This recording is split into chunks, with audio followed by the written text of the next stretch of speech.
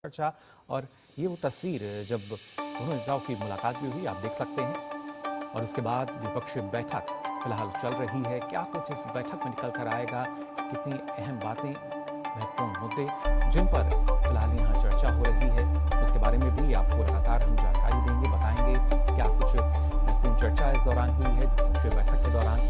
फिलहाल इन तस्वीरों से आप अंदाजा लगा सकते हैं